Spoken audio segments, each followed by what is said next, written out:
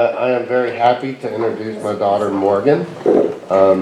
At 4 years old, when I saw all of the energy that she had, I took her to a good friend who is a psychologist, thinking that perhaps she had ADHD, but the psychologist used the word, she is just tenacious. And today she is just tenacious.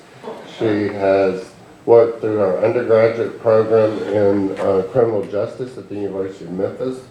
She finished her law degree and is a practicing attorney at the Pettigrew firm from Mississippi School of Law, and she is the owner of Pettigrew Adventures, and her story today will be a great story to hear. Welcome, Morgan.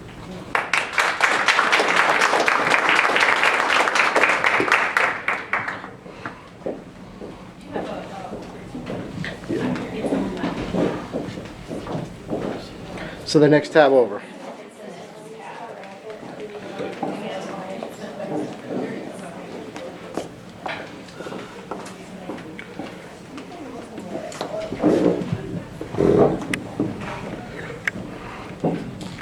Hello. Good morning, everyone. Good morning. Glad to have you here.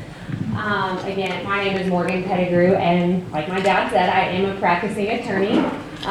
But about 2 years ago, I had a friend get sick, and she was dying of cancer, and I decided to shift my entire life to do things that I was passionate about. One of those things was interior design, and also my grandfather, who's been a real estate investor for, how many years did we decide? 58. I knew that I was taking over his business, so I tried to find a way to marry real estate investment with the law, also with my interest in interior design. So I bought my first investment property in January of 2017. After I purchased that property, we realized that I would never be able to flip and sell it, which was the original idea, because the two houses next door were so dilapidated that it just wasn't going to be successful. So my grandfather brokered a deal with the people next door, and I ended up owning all three houses on the same street. So of the three, there was one that we thought would be the easiest to fix. We were wrong. That was my seminar on life, is that my first Airbnb took me about a year to get together, and all the other ones I can do in about 6 weeks now. So if you go to the year-long seminar, you can do the fast track afterwards. What we thought would be a small job, it ended up, we thought it would just be cosmetic. We'd be changing paint, maybe updating a kitchen, redoing the bathroom, changing out light fixtures. But we made the mistake of trying to insulate the exterior, interior walls to make the utility bills more cost effective for my current or my future tenant. And the contractor we were using at the time did not tell us that we would have to then rewire the entire house. So that's how it started. We were like, okay, if we're rewiring, then let's give, these premium outlets, and then if we're doing that, well, let's do granite countertops. And the next thing you know, I have this high-end Airbnb. Well, it wasn't an Airbnb yet, but I didn't know what quite I was going to do with it. So this was the house that I'm talking about when I bought it. This is kind of just the phases. I'm going to get this to just play so it'll roll while I talk. And this will show you some of the changes that I made. So once this house was ready for rent, which was my original plan, we had a friend stop by from Memphis Investor Group. He saw it and he was like, hey, have you ever thought about Airbnb? Which I had not at the time, but the more I thought about it, I realized I would get to furnish and decorate the whole house, which is like totally my thing. So I was like, yeah, let's do that. That sounds like fun. For those of you that know, if you're from Memphis, Memphis in May is one of the greatest months. Let me see if I can slow this down. I'm sorry. Like, do you know how to do that? Do I? Does anyone know how to slow? Sorry, I'm not used to doing this. Trevor's coming. Okay, sorry. I just realized it was going really fast. So May is a really popular month in Memphis because of the Memphis in May. You get a lot of tourism, you get a lot of people coming in town. And this was actually finished and furnished right at the end of April. So my first month was like the best month of the year, which was a great way to start out. I was planning to rent this for about $1,200 a side, and in May of 2017, this is a duplex. So between the two sides, it brought in $10,000 for Airbnb. So with that kind of, I was like, okay, the year-long seminar was worth it. This is going to be good. So I dove into creating what has turned into the brand Pettigrew Adventures, which we call the boutique experience. I want my Airbnb clients, when they show up, to think that it's the best Airbnb in the world, and I want them to essentially be thinking about mine in every other city. Like, man, I wish I was at Morgan's place. And one of the ways that I've been able to do that is through the interior design. But first, I'm going to give you my top 5 things that I think you need to know if you want to get involved in Airbnb, and then I'm going to elaborate on them. The first thing is pretty obvious: find a house. Once you find this house, you've got to rehab and renovate it, unless it's already in perfect condition. After that, you're going to decorate and furnish it. Then I think you need to consider a cleaning crew and a co-host or some sort of management company, unless it's going to be your full-time job. And then I believe the most important part is coming up with a hospitality plan. So starting with the first one, find a house. The most important things when I'm looking for a house for a new Airbnb is going to be a safe neighborhood, partially because we're in Memphis, so this may not apply other places, but I think people come to Memphis with a chip on their shoulder that they're in an unsafe neighborhood. And the whole business runs off of reviews. So the first thing they see when they come to the house is the surrounding houses, the neighborhood. So like my grandfather pointed out, the houses next door were vacant. They looked pretty scary. So I think it's important, if you see a house that you want to buy but the one next door to it is a pretty big problem, unless you know that you've got a way to get that or there's a plan for it to be rehabbed, that might not be a wise choice, because people will leave you bad reviews if they felt unsafe. I think that's partially just a Memphis thing, but it is important to find a safe neighborhood. Another thing that you should look into is being close to a popular area. My 8 of my 9 listings are on the same street. It's on Williford Street, which is right at East Parkway and Poplar. It is close to Hollywood, but for some reason that whole street's had a lot of rehabs and renovations, so no one seems to pay attention to that area. But so what I'm saying is you don't have to buy directly in Cooper Young where the prices are skyrocketed. It's just important to be close to the popular areas. People want to be a quick Lyft or Uber ride to music, good places to eat, things like that. So that's important. A good layout is really important. You want to maximize, obviously, the number of sleeping places. You're sort of like a hotel. You're in the hospitality business. So if you can even find, a 2-bedroom house is fine, but then you think about things like a pull-out sofa so that 6 people could stay. Or if there's common areas, Airbnb allows you to provide air mattresses, and you just let your guests know that that is one of the sleeping arrangements, but you can actually maximize a smaller space. But a good layout is very important. And then, as I said at the beginning, paying attention to the surrounding houses. I think those are my top tips when you're looking for a place. Once you have your place, unless it's already ready to just decorate, you're going to have to rehab it or renovate it a little bit. I think that you will maximize your earnings by going above and beyond with your renovations. That doesn't mean that you have to do the entire thing to the nines, but there are certain things that you should pay attention to. My personal tips would be extra amenities like forward plugs in the bathroom, because you've got girls that are trying to all straighten their hair at the same time. So that's a tip that I've gotten and people have appreciated. Spending money on your bathrooms is important. You always want the bathroom to be clean. If you're looking at an older house, usually the older tile, no matter how clean it is, it looks dirty. You're going to get bad reviews from that. It would be worth the money to just gut it and start over with bathrooms. Kitchens are important, especially if you want to market more long-term stays. You get traveling nurses. Here in Memphis, you've got FedEx, you've got International Paper, the hospitals. So there's a lot of opportunity for people to stay. So you want to have a fully stocked kitchen. So dishwashers are important. I think that's something to look for. And then I would spend money on lighting. And that is a strange place probably to spend money because a lot of real estate investors want to go to Lowe's and just get something that's $19.99. But lighting is beautiful. For Airbnbs, it's all about the photos. The only thing you know about my place before you get there is what you see online. And one of the things that I try to pay most attention to is what can these people not break? So unless you're quite literally hanging from a chandelier, that is one thing that you can't come through here and tear up. So I try to spend a little bit extra money out of my budget on the lighting because it's very nice. It creates the ambiance and it gives interest in your photos.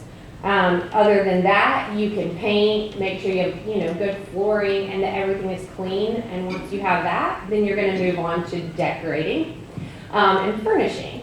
My personal brand, as you kind of see some of the houses that are decorated, I incorporate things about Memphis. This is our like Egypt pyramid, Evil Eye, sort of paying homage to Memphis, Egypt. But I try to do bright colors, not just because I like them, but it's catchy in a photo. If you look on Airbnb, most houses that people are putting on there, they've got gray walls, white subway tile, very modern Scandinavian sort of feel because a lot of people use IKEA. That's an easy place to buy inexpensive furniture. And you can still do that, but make yours look different because the idea is when someone's looking at 200 listings, you want them to pick yours. So I try to pick things that are very interesting for an Airbnb guest. For example, I have taken the first house my grandfather actually purchased and I've since turned it into an Airbnb. And we did a total remodel and I decided to do baby pink tile in the kitchen. Not like the old stuff you see in the bathroom, but it's like a glam kitchen. And for me, you may not want a pink kitchen at home, but it's fun for the weekend and it gives interest. So I also do a lot of wallpaper. You'll see most of my bedrooms have an accent wall of wallpaper. Again, that's something that brings interest to your photos that people can't break. And you can put art on the walls, but that's expensive, or you can do a pattern, you can take off the pattern and paint it yourself. You can do wallpaper or just accent colored walls, but that takes up space without having to hang a bunch of things on the wall. So I think that's an important tip. As far as your actual furnishings, I invest the most in rugs, wallpaper, and the bed, like the throw pillows, those types of things. But when I say invest, I'm really not talking about a lot of money. Everything in that picture came from TJ Maxx, Home Goods, Wayfair, Target.com. You'd be surprised what you can find online. So I spend a lot of time sourcing things, and when I see something at TJ Maxx that I know would look great, I go ahead and buy it, because when you've got people coming in and out, you're gonna have a turnover of your things, whether or not anyone's actually damaging them, they just get used. So anytime I see something that I'm like, oh, that would be great, I save it, and then sometimes the whole room might get planned around it for the next house. But I'm kind of always on the lookout for things that look high-end, but don't cost a lot of money. My pro tip for anything that you buy, do not buy anything with a glass top. You don't want a glass coffee table. You don't want glass top, mirror topped end tables, because somebody's going to set a drink down and shatter the whole thing. So you want to avoid breakable things. I take that as far as to even what I put in the kitchens. I try to find like outdoor plates, the melamine plates, things like that. This is Arnold's first house, by the way. This is what it looked like before I got a hold of it. And so, if everything's unbreakable, you're cutting your costs for replacements. The only time you're going to replace things is when you need to, when you need to replace it for use. Another tip that I love, and you'll probably notice, I buy all of my doors from Central Woodwork, and they have a magazine full of styles that you would never see at Lowe's, Home Depot.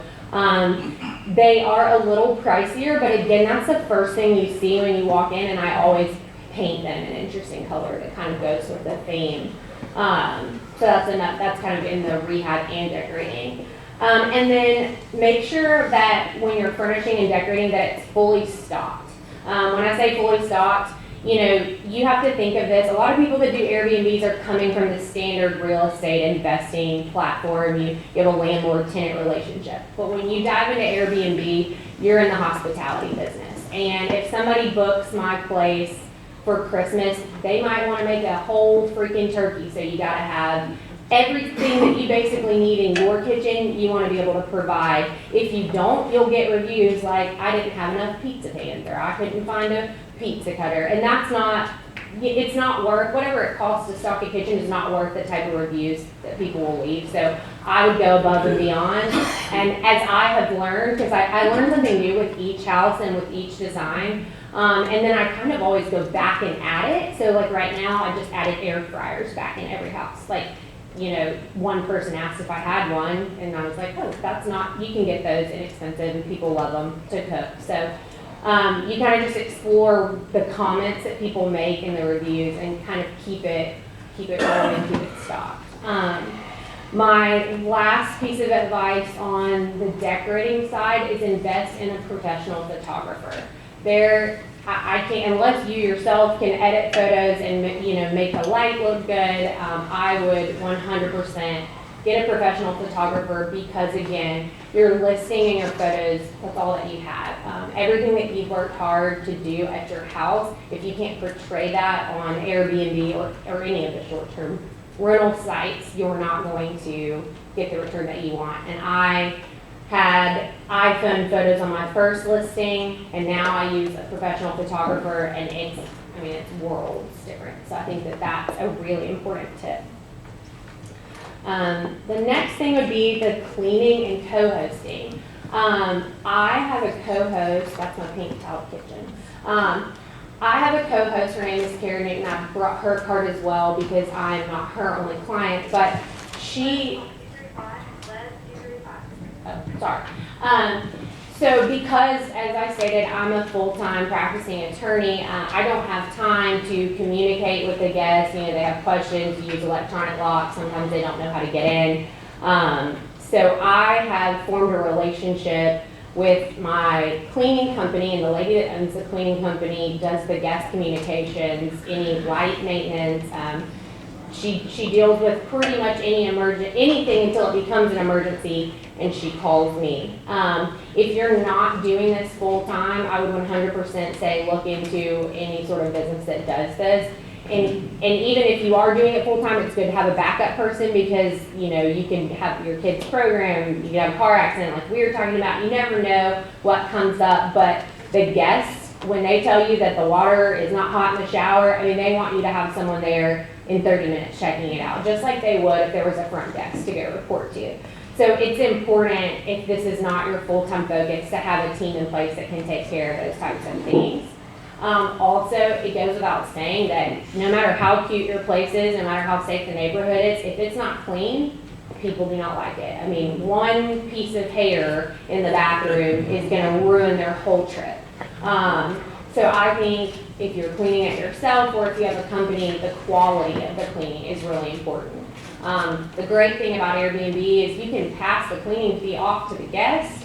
So some people in their business model, they don't charge a cleaning fee. They work it into their price of the nightly rate, so that when a guest looks at that listing, they're like, oh, this one doesn't have a cleaning fee. But whichever way you do it, use a quality cleaning company, or you're going to have issues with guest reviews. But cleaning and turnover, that's the other part of the cleaning. You have to figure out at what time you cut off reservations for a current day. So like every day I accept reservations up until 10 p.m. for that night, because I have a keyless entry. So when guest leaves on Monday and our next booking is Friday, it's important to me that my cleaning crew still cleans it on Monday, because I don't know if I'm going to get Monday night, Tuesday night, you never know. And I have found, against what I would have just thought, that guests do not book travel very far in advance. I have people book and they're like, hey, I'll be in Memphis in 3 hours coming from Indianapolis. I'm like, why didn't you think of this? But that's how it is. So it's important that the minute that someone leaves, you turn it over like someone's coming. That's just the best way to maximize your earning capacity. If you're not doing that, or if you have a cleaning company that doesn't have enough staff to take that 10 p.m. check at, say they check in at 10 p.m. and then they're checking out at 11 a.m., they've got to have enough people that they can that night say, hey, you got to be there at 11, you got to clean. So I have found a really great relationship with my co-host, and that allows me, everyone asks me, how do I do all of this? And that's how. I have a really good counterpart, and because I can rest assured that she's flipping the property and she's talking to the guests, then I can function in my regular capacity as a lawyer. The other thing I would say that kind of goes along with hospitality is good communication. Even if you can't get there in 30 minutes, address the issue. Let them know what your plan is, that you're sending someone. If it's a holiday, most people are reasonable. They know you can't get a plumber, on Christmas Day, but you let them know what you can do. That's really important. I think that it's good in this business to believe the customer's always right. If they think your place is dirty, send a cleaning person to do a sweep through again. That's really important. Think about a welcome gift. People really love to have something when they walk in, so we provide a bottle of red wine and white wine. People love that. I get it from Aldi or Trader Joe's. It's not expensive, but in every review, it's like the wine was a really nice touch after a long day. So think about something you would do for that. Also, local tips. That's one of the ways that they rate you. So we have a guidebook. I don't know if I meant to float it. I chose to have Blakely spend probably 2 weeks making that guidebook because of the volume of emails and texts and messages that myself or my co-hosts were getting about where can we go eat, we're going to be here for 3 weeks, where can we go to church, where can we take our kids. And so we made that binder to leave in each unit, and we just let them know, hey, if you have any, if you need recommendations, check out the guidebook, and if you have any additional questions, ask. No one asks. It's all in there. And then they rate me and say, oh, she left really great local tips, and people love that, especially if you've never been to Memphis. And then my last part about the hospitality is, again, having a maintenance crew and plan. I kind of hit that already, but if you don't have a handyman that you know that kind of understands your business, I would invest in meeting those types of people. Someone that can tune up an AC unit in the hot Memphis summers. If you got 10 girls getting ready for a bachelorette party and the heat goes out at 7 o'clock, they're going to be pissed off. So it's always great to have people that you can call.